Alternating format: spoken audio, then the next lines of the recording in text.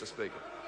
I call John Hayes. Thank you, Speaker. I'm not sure what planet that last speaker is on, but let me contest what he is saying. I think we are seeing a government on this side of the House focused on building a stronger, more stable economy that can weather global storms and deliver higher incomes and more jobs. And the government has set out a very clear economic program to support and accelerate that progress, and this taxation legislation we are discussing this morning is going to help deliver that.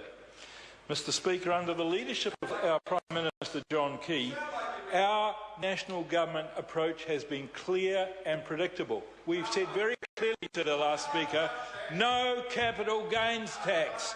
No capital gains tax. That's why he's spitting the dummy this morning, because that's the legislation he wants. We have told New Zealanders what we will do. We have campaigned successfully on our program over 2 elections, and we have taken New Zealanders with us by making consistent and moderate changes year after year, as we have promised.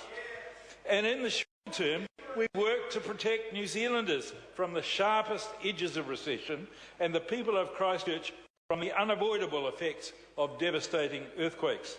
Mr. Speaker, we have incurred significant extra debt by spending in excess of our revenue to protect the most vulnerable families, to maintain living standards and to support the renewal of our second largest city. Mr. Speaker, this legislation is entirely supportive of that direction. At the same time, Mr. Speaker, we've set out on a longer-term path to repair the damage to our economy from a decade of excessive borrowing, consumption and government spending by that last speaker's party. And we are rebuilding the economic capacity to deliver more jobs and higher incomes over the next decade.